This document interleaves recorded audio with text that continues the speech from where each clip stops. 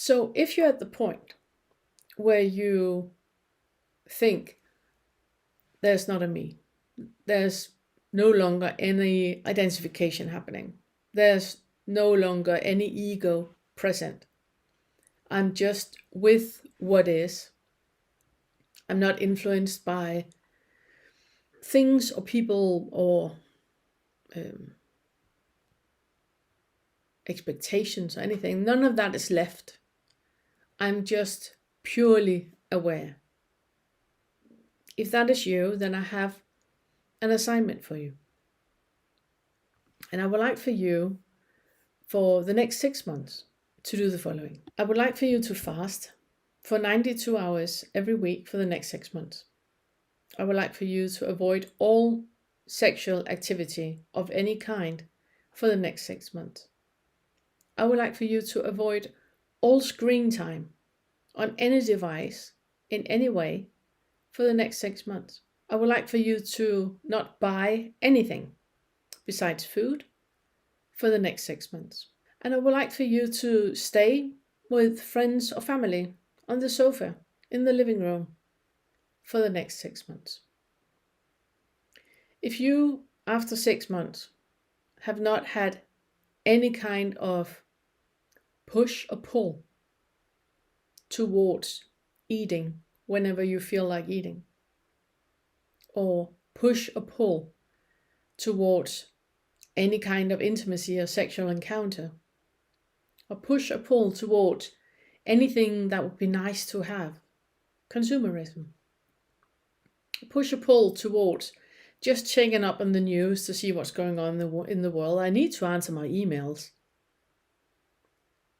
If you haven't had any, and you're staying on the sofa of the friends or family, and you're completely fine with anything that's happening, there's not even an inkling in you that wants things to be different than what it is. If that hasn't happened, then stick around. Stick around. And if you have the need right now to defend why you cannot fast 92 hours every week for 6 months, then be curious to that thought. And if you have to defend why you need to be in the screen to take your emails, you need to, for your work, you can't just take time off, and only rich people can do that, and whatever you can come up with of, obstruction to that. Because the whole thing is, I'm not saying that you should do all this. I'm saying be curious to what is happening in you when you decide that this is what you want to do. This is the flow that you want to go with. You want to meditate 19 hours every day. That's the flow you want to go with.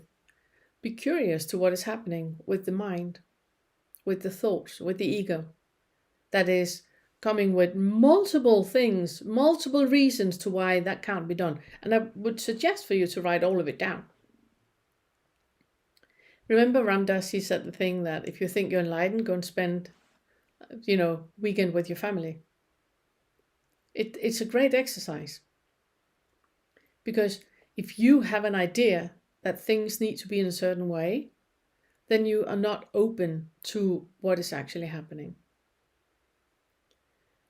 If you completely set people free to be who they are, then what is happening, how they react, what they do, cannot interrupt with the flow of life, clearly, because that is who they are, this is what they do, and that's it. So there's no preferences for them to do differently or be differently or say differently. It just is as it is. Yeah. So what I'm clearly touching on with this exercise is tickling the ego of the ones that are identifying with not identifying. Because the ego is very, very, very tricky.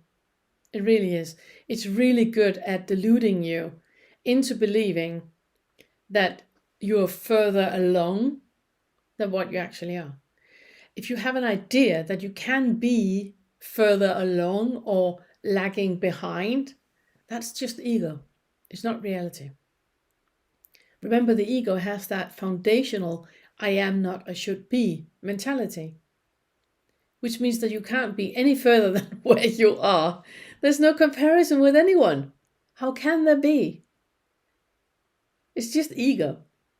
It's just a thought about a thought. It's a thought that has assumptions about a thought of where you assume somebody else are. It's a complete mind game. If you think that there's something to achieve, or there's somewhere to go, then you're tied into a belief or a dogma or theory. Because in reality, there's just this.